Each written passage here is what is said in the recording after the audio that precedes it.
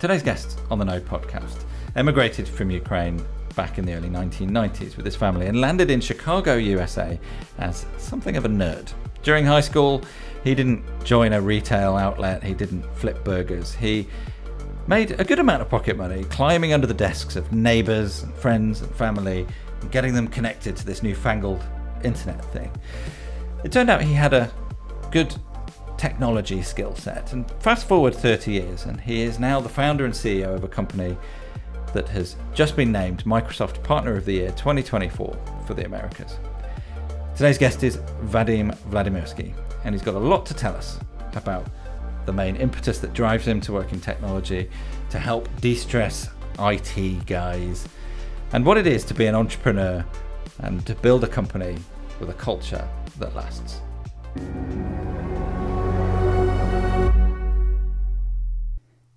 Vadim, welcome to the Node podcast. Now, Nerdio has been on a journey. I'm going to ask you about why it's called Nerdio in a minute. But sure. As of today, Nerdio is a Microsoft Partner of the Year for the Americas, and you can tell us a bit about that as well. But before we get into your backstory, which is quite interesting, and the company's backstory, which is also interesting, give us the elevator pitch. What's Nerdio? Sure. So Nerdio is a software company, and our mission is to simplify the lives of IT professionals when it comes to managing their Microsoft Cloud investments. So we create software that acts as a control panel or management portal or a single pane of glass, whatever term you want to use, that allows our customers to automate, simplify, and optimize their Microsoft environments and just make their lives easier. Right, and making lives easier, and I know this because we've already had a conversation. Making lives easier is kind of your mission statement, personally, and I think for the company as well, right? So, yes, it is. Take us back away to when you were a mere nipper, a whippersnapper, a nerd in the making, as it were. Back to high school, I think that's where we can trace the origins of all of this. So tell us about how you ended up getting involved in, let's call it IT management. What did that look like? Sure. So without aging myself, but by aging myself, in the mid to late 90s, when I was in high school, I started being sort of the guy that everyone came to for IT help, whether it was setting up the new Windows 95 computer, whether it was installing this brand new thing called DSL for internet at home, setting up printing, home networking. I was the guy running around helping people after school, after all my homework was done, getting their technology working. And at some point I realized, there's so much demand, I can actually make money doing this. So not only did I love the work and helping people, but it actually became quite profitable. So I was this 16, 17-year-old making $25 an hour, which was way more than any of my friends were making, even those that were working at some job. And that's really how I fell in love with IT, and, doing it personally and doing it for people I knew. The quality of the service that I provided has always been very important to me back then, just making sure that the experience people had working with me, that I was, very honest with them, that I delivered value. If I didn't, I wouldn't charge them. So it was sort of the start of my career in IT services initially, which then eventually transformed into IT software, which is what Nerdio is about today. Right. And so that you're literally in the faces of your customers for a while, and that kind of was a formative education, I suppose. In the faces part of the time, and under their desk plugging stuff in the other 50%. Right. And baffling people with obviously the incredible sophistication of Windows 95, which was, and still is, really advanced stuff. Anyway, I remember those days very well, which is I think we're in the same kind of age category here. The sound of that modem. It's fun times, yes. That's my alarm sound in the morning, that sound. Anyway, so after that, obviously, you learned what it was to actually deliver value through IT to people. And I'm guessing this included family and friends, right? And they're the kinds of people that are really going to hold you to account and make you feel guilty about stuff if you don't deliver. But after that, you went on to go and get a proper education and things, I assume. This was all in the States, by the way. Obviously, you're from Ukraine originally, but emigrated into the US at a young age. So this was a long time ago, right? What did college and after college look like for you? Yeah, so I'm based in Chicago. I've been in Chicago since I moved here from Ukraine in the early 90s. And I did my degree in undergraduate was computer engineering and an MBA for my graduate school at a local university here called Northwestern University. And I think my first job in college, I think my freshman year or something, I decided that full load classwork wasn't challenging enough. So I needed to earn some money at the same time. And lo and behold, I had a skill that was in demand. So I started working for an IT consulting company in the Chicagoland area around my classes and assignments that I was doing at school. And that was sort of my first professional job, that I was working for someone, helping with IT issues for small and mid-sized businesses or SMBs in the Chicagoland area. And the skill set, I've already had some of it. I obviously learned a lot on the job and from training and certifications, but I was able to apply what I learned in high school in helping with networking specifically and with, internet and security and servers and things like that, which was my first job while I was in college. Eventually, I partnered up with my bosses at the time for whom I was working. A few years later, we started a company together, which became an MSP, a managed services provider, that was the beginnings of Nerdio, that had a unique business model of trying to deliver IT from a data center using desktop virtualization. At that time, it was terminal services in Windows 2000 and Windows 2003. So for some of your listeners, that may be ancient technology. For some, maybe not, but that's what we started with. And it was a unique concept back then to be able to not have any equipment in your office, especially for a small business, was kind of unheard of. And that's how we got started. And what kind? Actually, I mean, so we're going back mid 2000s ish. Mid 2000s, yes. Delivering services into small, medium-sized businesses, but services of that type. How many customers did you have? Like, how easy was it to find customers who were kind of alive to that whole concept at that point? Yeah, it was the biggest challenge in selling this, right? It was all about convincing them that not having a server closet is a way of doing IT. No one's heard of that before. So, yeah. For the first 5 to 7 years of that business's existence, when we were selling it, it wasn't about making the price work. It wasn't about making them confident that we are the right company to help them. It was about the model. Did they believe in this hosted infrastructure model that we were pitching? And because we had quite a bit of experience doing the traditional on-prem server, doing a server refresh every 3 to 4 years, we could very quickly show a side-by-side spreadsheet of, hey, here's what it's going to cost you to go the traditional route, and we're happy to do that for you. Or here's this new model where we take all the risk. You don't pay us anything up front. Everything is on a subscription basis. And we're going to deliver the entire thing for you, right? The file services and line of business apps and the desktops. The only thing you needed was internet connection, power, and a thin client on your desk, and printers. Printers were still physical and needed to print on paper that was local. But other than that, we handle everything for them through the data center. Nowadays, that seems like a very obvious way to deliver IT, but back then it was anything but. Yeah. Well, it's still not obvious to some people, actually. I suggest. True. It's true. Maybe that's another topic. But so when did Nerdio fully emerge? You say it gestated, if you like, within the MSP that you had founded or were a part of the founding of. Where did that come from? What was it? Presumably it was built as something, that was going to be helpful for you internally in doing what you do, but it's now productized. Yeah. So tell us about that. Absolutely. So as I mentioned, we started the predecessor company, the MSP, in 2005, I believe it was. We had a lot of technical challenges we had to work around just with what was available on the market for us to use off the shelf. So it took probably good several years to get to a stable and sort of repeatable business model that was very profitable.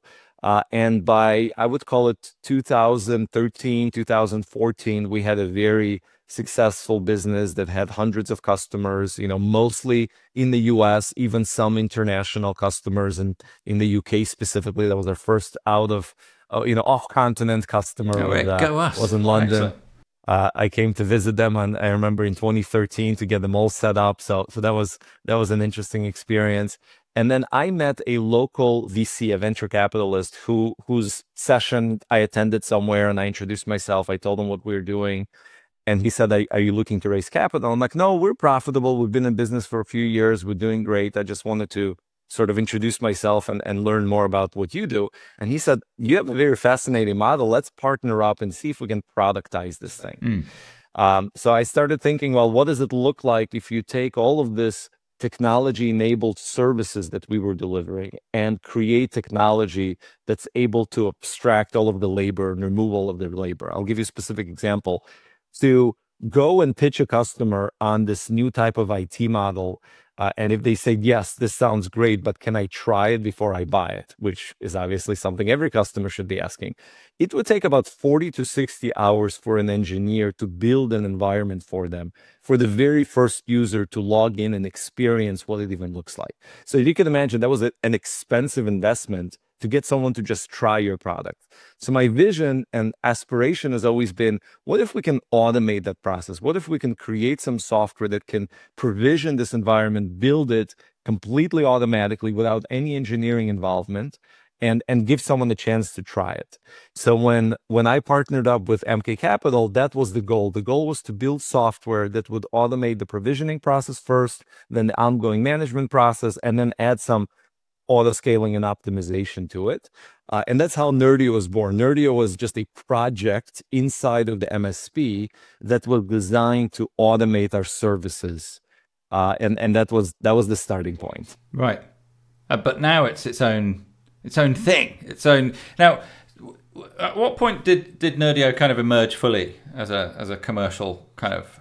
Yeah, so a couple more steps in that journey. So we built Nerdio. It was meant to be a provisioning platform for our private cloud, using our data centers, using the VMware technology stack at the time. And some of my peers in the MSP space saw what we were doing, and they're like, that's a great business model. Our profitability was really high. Retention was amazing. Customers were happy. They're like, I want to do the same thing. Can I license your software to kind of do it for us? And I said, we haven't considered it, but sure, let's try it out. So we started selling it to other MSPs, and they said, we love everything about it. We just don't like putting customers in your data center because you're kind of a competitor. So what we really would want is to do the same exact thing, but putting customers in Azure, which is a public cloud that nobody owns other than Microsoft, so they didn't feel that competitive pressure. So we built a version of the Nerdio product called Nerdio for Azure, which was, as the name implies, our first public cloud version. We had to go a little bit back in the desktop virtualization tech stack because VMware wasn't supported. We were using RDS, or remote desktop services, that was part of the Windows Server operating system. And that was our first public cloud product. And that really took off. There was a tremendous amount of receptivity from the MSPs who really liked what it was doing, what it was enabling them to do, because nobody could really do desktop virtualization for SMBs in the public cloud in a profitable way before we came on the scene with this Nerdio for Azure. So my partner and I decided, like, hey, this is really where our opportunity is. Let's sell the services business and let's go out and make Nerdio kind of the standalone software company, which we did. And we sold the services business at, I think, January of 2020, or, several years ago, sometime in 2020. And Nerdio became, instead of being just a project within the MSP, it became a standalone, pure software company, helping MSPs build successful cloud practices with desktop virtualization. Right. So the opportunity and everything else is obviously pretty clear. You've got customers queuing up already before you've even made the thing. And then it seems to me, correct me if I'm wrong, but Fortune stepped in a weird sort of way and said, now you're ready to go to market with this thing properly. We're going to have a global pandemic that forces everybody to do everything virtually.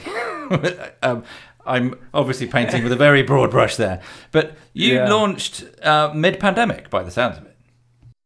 Yeah, so we had this MSP product, which was designed for service providers to service many small customers, multi-tenant service provider targeted product.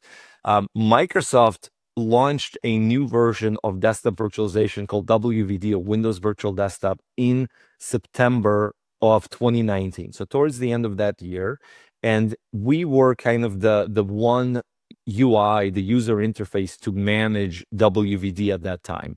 And we started getting a lot of customers who didn't look like MSPs coming to us, right? So until now, I built an MSP. I knew what the business model is. I know the problems were. We were working with other MSPs who were peers of mine. Now we started getting very big, global, large enterprises coming to us saying, we'd like to use WVD. It's kind of hard to do on your own. There's no automation. There's no UI.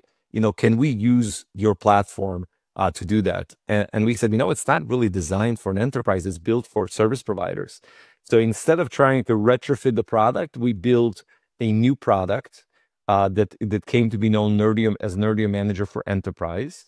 And we launched that product in March of 2020, I think the week that the lockdowns happened. So we very quickly became busy because, thousands of customers around the world started coming to us because they needed to send their employees to work from home and be, as productive as possible while they couldn't work in the office. So, yeah, fortune or not fortune, however you want to call it, there was definitely some tailwinds for what we were doing in the market and what Microsoft introduced, which is desktop virtualization as part of Azure. Yeah, and this reminds me of our previous conversation where I was sort of asking you fairly rudimentary questions like, well, what is ultimately the point of all of this, and what is it that you would single out as your kind of central mission? And you said, I think, well, look, we're trying to de-stress IT guys. we're trying to make managing IT, being an IT person. I shouldn't say guy. That's a little bit misogynistic. You know what I mean? We call them IT professionals. IT professionals. Pros. Yeah, we're trying to remove some stress from those folks because they've got plenty. And mid-pandemic, with an enormous surge of new customers potentially, it sounds quite stressful. And this is a journey that I'm quite interested in asking you about, because what you've ended up doing is working out how to meet that demand quickly by being extremely agile and ending up with a company culture that I think a lot of people, especially entrepreneurs, near the beginning of their journey would kind of envy by the sounds of it. So tell us a bit about that. First of all, how did you meet all of that demand and manage to, keep the product developing to make sure that you could satisfy them, but do so in a way that ultimately didn't undermine your focus on de-stressing people? And how do you do that without burning yourself out, without burning all your people out, and ending up with a place that people still want to work in? Man, that's a great question. I mean, to answer your question of how did we meet all that demand, the answer would be by putting in a lot of hours. We were putting in 18-hour days. We just sold the services business. We would now wanted to be a software company, not a services company. And all of a sudden, we got pulled back into services. I was on Teams screen shares with customers, going from US to Australia to Europe, back to US, like literally around the clock. Our team, small team at that time, was doing this. Now, we worked a lot of hours. Now, if you think back to that time, most of us will remember there wasn't a lot else going on. So that was not necessarily a bad thing. Putting in long hours, building a company, helping people around the world was by far not the worst thing you could do. So it was very fulfilling and rewarding. So I would say that's part one of it. But the other part is, because we were involved in so many deployments with so many customers and different use cases, we learned a lot that normally would have taken years, right? Just imagine learning from customers who are obviously very risk averse. They don't want to try new things. They don't want to experiment. They want to go through testing before production. Here, everybody needed to go to production all at the same time. And they just, as soon as you can get us live, would be when we want to go live. So we learned a lot about what the market needed. And we also created this muscle within our organization, our product and engineering team, of taking that feedback we were getting from customers and very rapidly converting it into software, converting it into features, and sort of delivering on that mission that we wanted to make their life simpler with software, not with other people doing their work for them. So that created this virtuous cycle of getting feedback, implementing it, deploying it, getting more feedback, implementing it. And we were releasing probably every 2 weeks with a dozen or 2 dozen of features every 2 weeks, which was obviously very rapidly. And to this day, you know, this 5 years later, we're a much bigger organization now with a much larger team, but we still have a very rapid release cycle and a very amazing feedback loop with our customers, learning what their needs are, how they're using our software, what can be improved, where is the next area where they need us to help them, and converting it into software and building that out. Right. Now, to answer your question about how do we sort of maintain the culture and make sure that the people are not burnt out. So as I mentioned, during COVID, it wasn't really an issue. Eventually, obviously, people's lives came back and they needed to be able to kind of focus on that as well. And allowing people the flexibility with clarity of mission and clarity of what they need to do, giving them the flexibility to do their job from wherever and whenever they want from the start. That's how we built the company. I think really creates a lot of autonomy, a lot of satisfaction in the job, and a very positive culture within Nerdio that I believe we have, and we work hard to maintain. Yeah, and do you find that you're able to kind of almost export that culture towards your customers as well? Because it must be, if I was one of your customers, and maybe I will be one day, and I saw how rapidly you were able to move and how agile and connected and engaged you were, that would probably inspire me as an IT leader as well. It's a common challenge because we're living in an age where there are kind of IT skills shortages everywhere. Everyone's grappling with emerging technologies all the time and trying to figure out where on the curve they are and how to be ahead of it. And then the curve changes and they're all, how collaborative do you find that you are able to be with your customers? How direct and conversational with you in that kind of cultural sense are you? I think we're very direct, probably, more direct than most, and we're deliberate about it. We do what we call customer advisory boards all around the world. Our product team flies around to Europe and to Australia and to India and to all various places around the world to meet our customers where they are. We host these multi-day events where we learn from them. We tell them what's coming up, get their feedback. So we have a very amazing feedback loop with customers. So I think that's really important, and our internal culture, I think, is exported, like you said, to the customer relationship, and vice versa. I think the two are a feedback loop for each other, because customers, when you treat your employees well, they treat your customers well, as they say, and I find that to be very true in practice. So working in close partnership with your customers and making sure you're listening to them all of the time is probably one of those lessons that you might share with other entrepreneurs, other people who are on a rapid kind of business development journey, if you like. But any other lessons that you might share with people in your spot who have seized an opportunity and want to successfully grow not just a business but a culture in that business as well to grab that opportunity? Mm-hmm. Yeah, I think I probably have a couple things I would share. One thing that I've realized in my career in starting a couple of businesses and growing them is a lot of times the limiting factor in what you can achieve are your own expectations.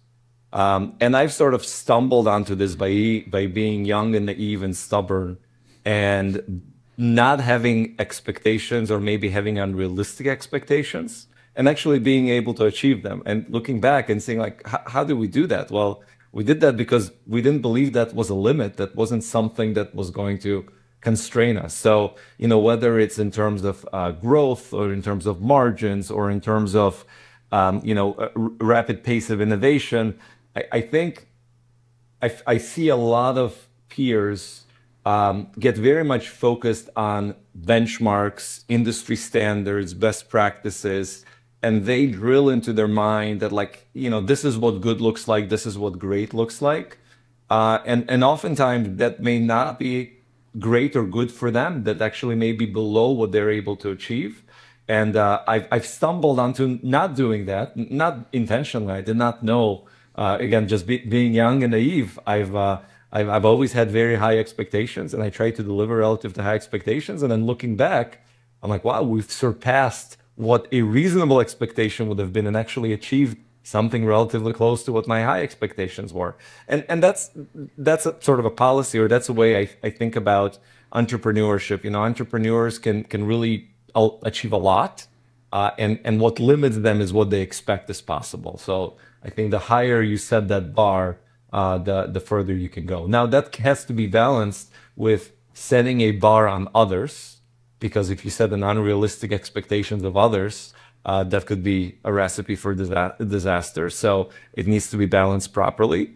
But ultimately, I would say that's one of my bigger takeaways from my experience of 20 years being an entrepreneur. Yeah, if I may be so bold, it seems to me that the balancing factor may be what appears to be, to me, when I'm speaking to you, an intuitive grasp of how important real-time feedback from your customers is. And you've been doing it since you were crawling under the desks of your own family. Your expectations can be super high when you start meeting those expectations early on. But if they're talking to you constantly, you know how not to stretch that too far, or take risks that are just going to be a bit crazy, or expect too much from them. And it seems like that's worked out really well for you. Maybe everybody should start out by climbing under desks and listening to modems. Anyway, sure. just to wrap up, Nerdio's going great places. It's not a small thing to be a Microsoft Partner of the Year for the Americas. That's maybe you could tell us a bit more about that. Actually, is there that would have Sure. been quite recently? Yeah, so we've been a Microsoft partner, not the Partner of the Year winner since the start of the company. We're focused very much in the Microsoft ecosystem. Microsoft is our closest partner that we have in our business. We help Microsoft customers be more efficient with their Microsoft technology. So we're very much connected to Microsoft and the Microsoft ecosystem. And for years we've been submitting our name and nomination and reports in order to win the award. For the prior 2 years, we were actually the finalists, but haven't actually won the award. And then this year, we were actually selected as the Partner of the Year, which is great validation for us that everything we've been doing, the rate at which we've been growing, and the value we've delivered to our joint customers, Microsoft and Nerdio's customers. So it's a great feeling to be able to be validated by someone like Microsoft, to be a Partner of the Year for them. Yeah, I know that there's not a small amount of work that goes into working with Microsoft on the Partner of the Year stuff. Anyway, what's next? What do the next 5 years look like for Nerdio? Apart from obviously rapid expansion until you're operating in all of that stuff. What are you aiming for? So I always struggle with the what's next in 5 years question, because we're in technology, and if you asked me 5 years ago what's next 5 years going to look like, I would have absolutely no idea, and anything I would have answered would have been totally wrong. So all I can tell you is it's going to be different, right? I mean, technology evolves extremely rapidly. We embrace the fact that it evolves extremely rapidly because that's our opportunity. Nerdio's opportunity is the complexity that results from rapid growth and change in technology, and we strive to abstract that growth and make IT pros' lives easier. So I think it's going to be bigger, better, but how bigger and better, I can't tell you. I can't tell you what it's going to be like in 5 years. I mean, I think AI will have something to do with it, but probably what, I can't tell you. Yeah. Well, it's going to be interesting to find out. Seems like you've built an organization that's quite ready to be nimble enough in responding to those challenges anyway as they emerge, and hopefully to be entertained by them, because in the end, what's the point if you're not? So I'll wrap up there. Now, if anybody's interested in hassling you on LinkedIn, we'll share your LinkedIn profile on there. Great. Lots and lots of people can come along and try and sell you lots and lots of things, which is always good fun. And but also we are hoping that you might be able to contribute a little bit of extra content for our website as well. And when that comes along, we will be sure to link to that and share that as well. But until then, Vadim, thank you very much for joining us on the podcast today. You're quite an inspirational chap, which is, I think that's a phrase that you use quite commonly in both the United States and Ukraine. It's been a jolly entertaining chat, and I hope we get to see you again one time. Pleasure being here. Thank you so much for having me. It was a great chat. Talk soon. Thank you very much.